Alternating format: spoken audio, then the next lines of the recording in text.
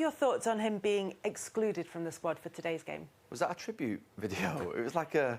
It's just a recap, in case anybody forgot who he was. For me, Erik ten Hag had no choice, no other option. Cristiano's left the ground twice whilst his teammates are still playing, and you can't do that. He knows that. His Instagram post on Thursday, which said that, you know, I respect my teammates. I used to look up to older players when I was at Manchester United, and sometimes in the heat of the moment you do things that are wrong. I think obviously in pre-season he asked for a transfer on the eve of pre-season, so he's building up a bit of a list of things that now it's a messy end for him at Manchester United. And Erik ten Hag is trying to establish control in the dressing room. And the thing I think about, it's not about Erik ten Hag and Cristiano Ronaldo this. I always think about the fact that Cristiano Ronaldo has played hundreds of games in this last 10 years where players have had to sit on the bench and watch him. So I think you've got to sit on the bench and make sure that you're in that dressing room at the end. You shake the players' hands and then you have it out with the manager separately. So for me, it's not about Erik ten Hag. Erik ten Hag was left with no other choice. But the players in the dressing room, I feel, had to have some action against him because he wasn't there for them. And like you say, many times Cristiano Ronaldo's been on the pitch where he's been scoring goals, sensational player, one of the greatest of all time, if not the greatest of all time. And lots of players have had to sit on that bench and watch him. It's now his turn, and your career's like a mountain. At the very beginning, you come in, you get a few games, then you come out the team, then you get in, and then you get to the top of the mountain, you're in for about 10 years, and then you come down the other side, and you've got to accept whether you have to play for a big club and you accept less games, happens to everybody, or you go to a lesser club and you play all the time. And Cristiano Ronaldo is going to have to go, I think, to somewhere else that's going to play him every week because he can't accept being on the bench, and that's fine. But I think end it this week, or create a truce to get to the World Cup and then end it, because it has to end this. Because Cristiano's not doing himself any favours. That's not him. That's not the professional of Cristiano Ronaldo leaving the changing room before the players have got in there. That's not what he does. But he's doing that now. And when you start doing things like that, you've probably got to leave. There's players, Gary, at Man United done a lot worse than what he's done. But in the current moment. Gary, where do you want me to get started? You know Paul Scholes. Scholes is a great lad. No, let me finish. Scholesy refused to play a match for Man United. I know he did. What did we say to Scholesy that time? We said nothing to him. Because he got the young. He was fined 2 weeks' wages. Right. And Ronaldo will be fined for this. Oh, he has been fined. Went his way back. Rio furthered him as a drugs test. He got banned for 8 months. You're saying as if he was banned for 6 months. Of course he's not the same as... yeah. And whose fault was that? Was that the club's fault or his teammates' fault? You don't think Cristiano Ronaldo should have been punished this week? Yeah, dead right, yeah. But we're saying you're saying he can't deal with being a sub. He was leading goal scorer last year. He's right, though. He can't be dealing with this. Roy, Manchester United... He doesn't want to play every game. He doesn't want to be a sub. They played Man City a few weeks ago. There's 6. It could have been 16. The manager, after the game, says, I'm not bringing him on. I'm not bringing him on because he didn't want to disrespect him. They go to Everton a week later. He comes on after half an hour. Manchester score a goal. He's playing against Newcastle a few days later. There's no Manchester United fan at this moment in time. There aren't many who would have Cristiano Ronaldo in the starting 11.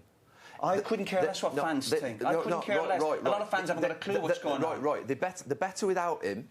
They score more goals without him, and they win more points without him. That's a fact. He's coming to the end of his career. Manchester United are a better team without him, Roy. He's just got to get used to that or leave. That's fine. But I think if you feel you're being treated unfairly, which he obviously thinks, and there's arguments for and against. But I'm not saying Man United are going to have. Do you think he's been treated unfairly? But why is he being treated unfairly? I think he probably feels that. But do you think he is being treated unfairly? Right, I heard you before the game, right? I have to say, your mentality, I don't think so. Cristiano's mentality is a unique mentality. I have to say, it's a unique mentality. You're fiercely competitive. That mentality is such that basically you have to play. You cannot be on the bench watching us because of what you've done in your careers and how great you were as players. That's just your mentality. But not for normal folk, normal players, that is not what you do. Go out and leave your changing room before the players have got off the pitch. You can't do that. You keep talking about Man United being way better without Ronaldo. Let's look at the start of the season, what he's involved. He didn't play against Man City. There's games where United... Do you not think they're better without him? Do you not think they're better without him? I think he's... Come on. In the starting 11? No, I wouldn't say that. I think they're better without him, Roy. I think they can't carry him. Would you hang your hat more so on even Rashford or Ronaldo even now? The reason... Roy, the stats when Ronaldo came to Man United when he was 17 years of age, we loved him. We loved everything about him because he wanted to be the best. Right? Simple as that. And he had his critics then because he was going over quickly and end product and all this. What I love about Ronaldo now, he's 37, and I'm not saying what he's done in the last few weeks is getting a thumbs up, far from him, but he's obviously had enough. But He's snapped. Ronaldo's 37, he still wants to be the best in the world. That's why I admire him. I see players... Yeah, we okay. We sit here week in, week out. Hold on. One thing to be the best... Roy Keane, the manager, would have to deal with him. You'd have to deal with him. One thing to be the best... He's feeling... Anthony, there's players at Man United. Anthony went on strike for Ajax a few months ago to get to Man United. Den Hag, the manager, who's saying it's all about the spirit, which he's mentioned a few times in his interviewed. It's all about the spirit and the group. He mentioned...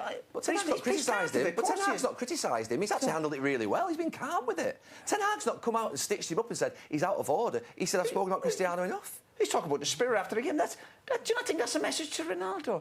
Den Hag announced he was leaving Ajax a month ago and said, I'm off to Man United. He's trying to fight for league titles. Cristiano last season, he walked off against Everton, having been left out by Oli in one of his first games, shaking his head at the end of the game. He was doing that to Rashford and all that with the body language. He knows what he's doing, Cristiano. He's an experienced player, and players of that power... Loads of players do it. But players of that power, they have a really negative influence on the others when they do it. I'd be worried if he was happy to be taken off, happy to be on the bench. The influence they have on other players is really negative because of the power that they have.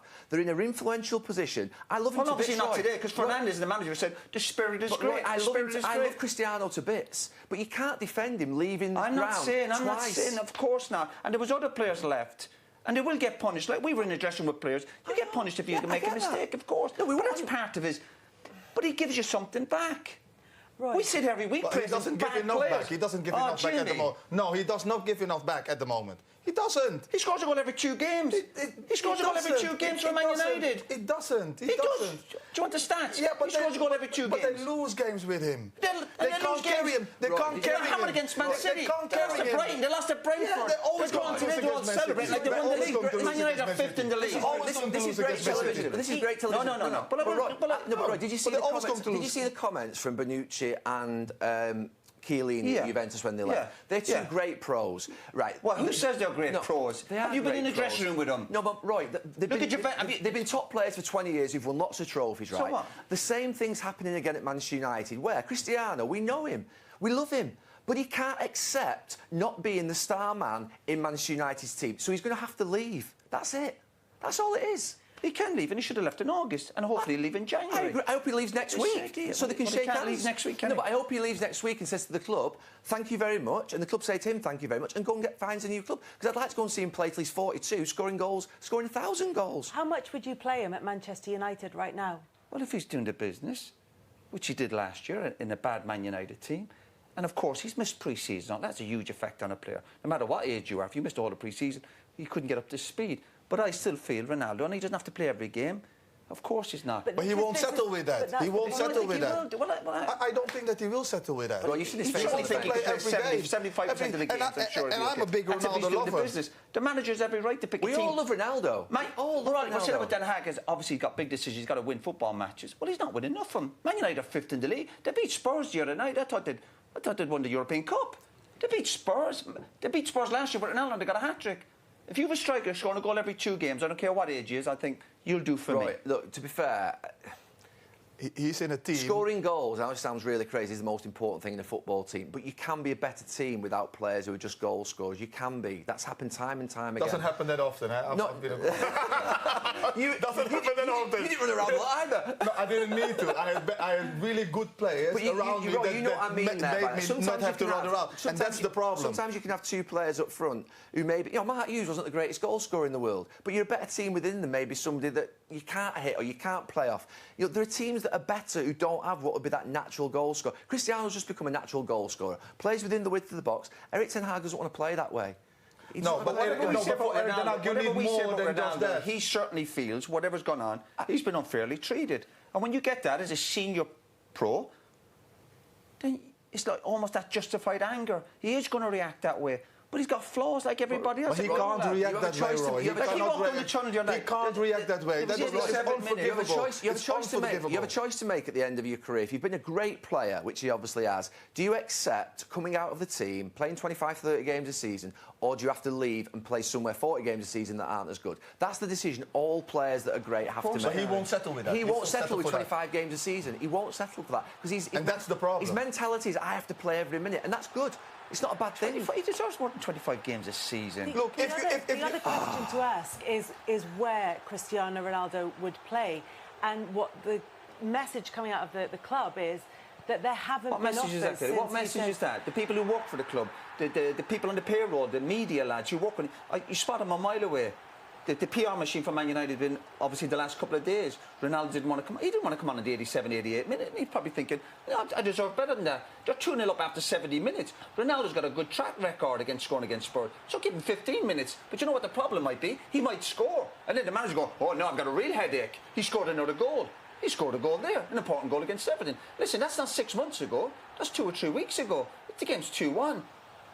That's what I'm talking about. So Roy, are you suggesting, because I don't think this is the case, are you suggesting that Erik ten Hag's got a personal vendetta or something against Cristiano?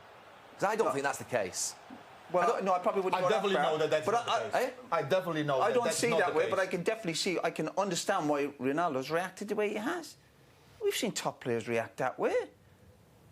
But either way, what I think you're all saying is that it's time now for his time at Manchester United to come to an end and go somewhere else. In August, with pre-season, of course. Where next then? Because we can see what Ten Hag wants to do with Manchester United. Whether you think that's the best reason or not. What's really important to Cristiano is he wants to carry on scoring goals at the highest level. Goals are everything to him. Playing for his team is everything to him. He wants to score goals in the Champions League because that Champions League record that he has, I think he's 10 in front of Messi or 12 in front of Messi, is so important to him. That battle that they've had for all those years, he's not going to give it up easily at the very end. So he has to try and go to a club in the Champions League. He's on big money. Some say 400, 500 grand a week. Gary's a billionaire. It doesn't matter about the money. My point is, he either has to accept less money to go to a Champions League club and play, or he has to go and play for a non-Champions League club or something like that. Some said he was offered 130 million to go and play in Saudi Arabia. He's not going to do that. When you say a Champions League club, do you mean a club with a chance of winning the Champions League? Sporting Lisbon were mentioned, or a Portuguese club were mentioned. I don't know. But even then, he's not going to play every game, and that's going to still be a problem. He may in Portugal, though, Jimmy. He may in Portugal. I can't see that happening, even in Portugal. I can't see that happening because still in Portugal they need to win matches. The fact is, he still wants to do all that. Is fantastic. Yeah, we go to games. We go to games every week, and we watch some bad games. But we're not criticising for that. I'm not criticising for that. I'm criticising for. Let me finish. Sorry, Rob. Let me finish. We watch players every week. Players who finish the 32, 33, they take a big pay packet to go off to the States or China, wherever they go, or they retire because they can. This guy wants to keep on doing it. That has to be admired. I'm not giving him a thumbs up for his behaviour in the last week. Far from it. Far from it. But is that not what the problem is? Roy, is that not what the problem is here? So we're all thumbsing him up for his great attitude and his great goals and his great. However, what we're saying is he stormed off the car park early. He's been suspended and fined 2 weeks' wages. Roy, he cannot be the main man no more. He cannot be the main man no more. We have to leave that. Don't finish. Forget the promos. I tell you what, this is going to go on Gary's Instagram live. I guarantee if Ronaldo played most of the games, he'd still be the leading goal scorer. But do you think Manchester United will win more points and be better as a team? And that's what it is. Yeah. I don't think so. No, I don't think so. Yeah, I do think so, yeah. No, you asked me. I don't think so. I don't think so. Right. I don't think so. They've given you all an extra couple of minutes, so well done for taking it up. Gary, Jimmy, Roy, thank you very much, as always. Always good to end with a lively debate. Let's take a look at what else has come up for you on Sky Sports. Plenty more live action for you coming up across this weekend on Sky Sports. Southampton against Arsenal, then Tottenham against Newcastle on Super Sunday. Stop it, all of you. Monday Night Football, West Ham against Bournemouth. The game of the day that follows us on Sky Sports Premier League is Manchester City against Brighton. That is up next. If only the game had been as entertaining at Stamford Bridge this evening. Chelsea and Manchester United played out a 1-1 draw. It leaves both those teams pretty much where they were. Gary's Insta Live if you want more.